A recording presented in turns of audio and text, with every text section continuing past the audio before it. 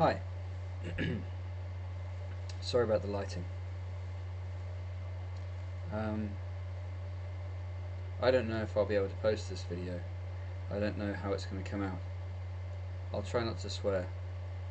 I'll try to steer clear of saying things which could be used as excuses to tarnish what I'm saying. Okay. I love my country.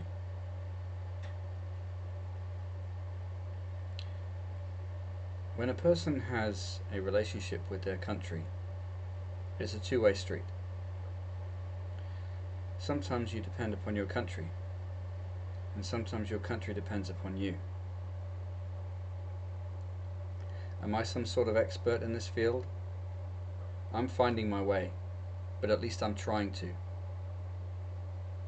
I'm observing what's happened to my country, and I think you'd be hard pressed to find an honest English person who isn't sick when they look around themselves at what our country has become. And that wasn't always the case. And I want to say this to the younger people who've grown up in this. It was not the case when I was young, or younger, that I was sickened when I looked around me at my country. And I'm pretty sure that the youth are sick when they look at the country they see around them, but they don't really know how it used to be. It wasn't perfect, but it was a heck of a lot better than it is now.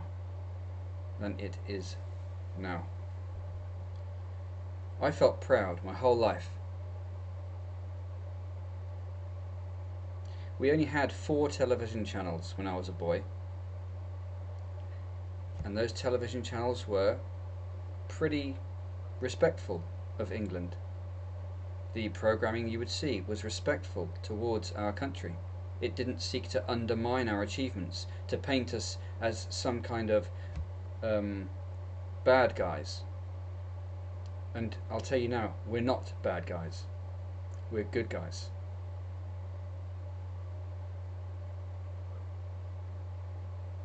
If someone tries to make you feel guilty, ashamed, or angry, or whatever the heck they would try and make you feel about your country's heritage, you must remember that every single people on this planet, every single group of people, have carved out their place on this planet, and occasionally it has led to war. There has been conquest. There has been fighting. There has been empire building. That is the nature of the human animal. It's what we are. It will never go away. No matter how much you try to paint over it with pink fluffy paint, it will never go away. And the best thing to do is to acknowledge it and understand it. England has a great history. And when I say England, I'm going to have to say Britain. Because we, the English, have been working alongside the Scots and the Welsh and an amount of the Irish for a very long time. And we built a very strong empire. Now bear in mind that we were fighting at that time against other imperial powers, so that we could carve our position in the world. And every single people on the planet had the opportunity to do likewise. I don't feel bad at all about my country's achievements. And I won't have someone who's trying to create a one world government try to undermine my feelings about my country. Because my country and me, we have a relationship. My country depends upon me, and I depend upon my country. And at the moment, my country is in distress. That's the truth. Any British person can see it. If you're a Scot, you can see it. If you're an Englishman, you can see it. If you're a Welshman, you can see it. And however you see yourself in terms of being Northern Irish or whatever, you can see we've got problems. And I would extend it to the other countries in Europe, including the Republic of Ireland, including the rest of the nations of mainland Europe. We've got big problems. Big problems. And those problems are being caused by a specific group of people who have an agenda. And they hide that agenda. But they can't hide every part of it. And if you do a little bit of digging, you will find out what it is, and you will find out who they are. And frankly, that's the challenge that everyone has to face for themselves as individuals. Find out what's going on for yourself. Don't sit down and watch your country end up in a bad condition. What can you do? First of all, sincerely wake up, because you have been put to sleep by the media, which is the tool that the people who are doing this have used to try to distract you, demoralize you, and convince you that nothing that our country stands for, or any other country for that matter, means anything, so that they can create a one world government. And a one world government is a bad idea, and I'll tell you why.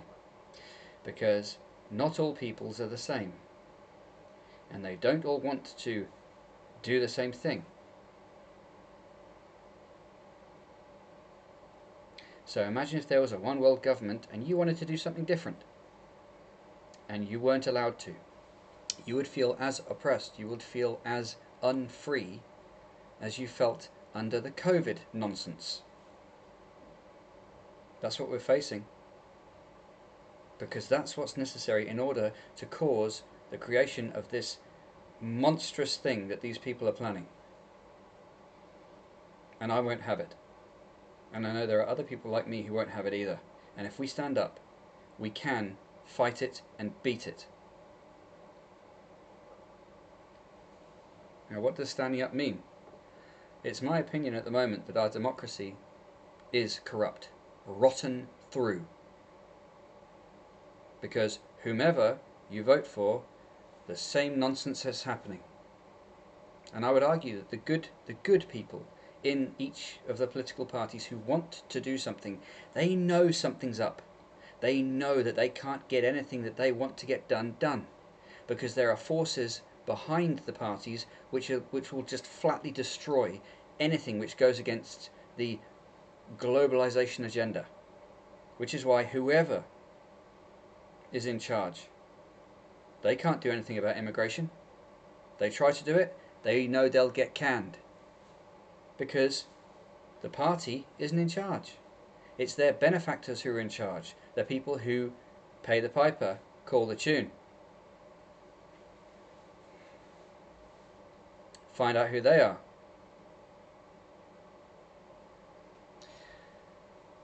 We, at the moment, in my opinion, in my honest opinion, it would be interesting to find someone to prove me wrong. I do not think that our country is in the control, ultimately, of British people.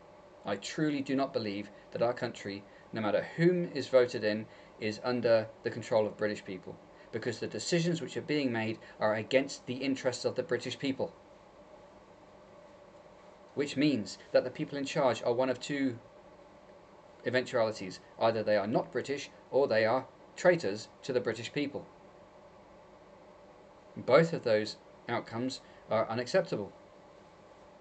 To be in charge of a country, you have to put that country's interests first, over and above any global agenda. Otherwise, you are not acting in the interests of your own people. Now, I'll give the benefit of the doubt to the people who are in positions in government. I would imagine that most of them are trying to do the best they can. But I guarantee that when they try to do some things, they are shut down. And a lot of those things would be in the interest of the British people. But they are shut down because there is a bigger agenda going on. And that agenda is what we would call globalization.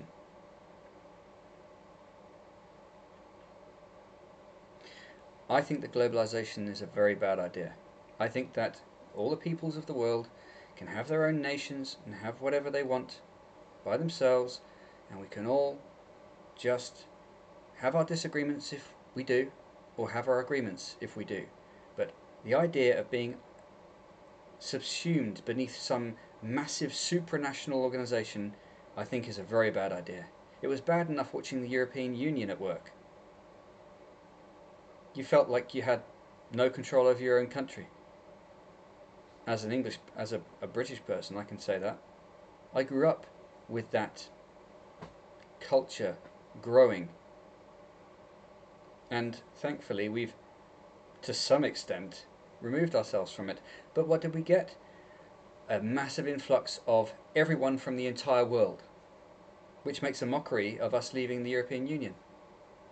Because those who have orchestrated this said, right, if the British want to leave the European Union, we will orchestrate the flooding of their country with people from all over the world, thus nullifying their borders, thus nullifying any feeling that they have of being in charge of their own country.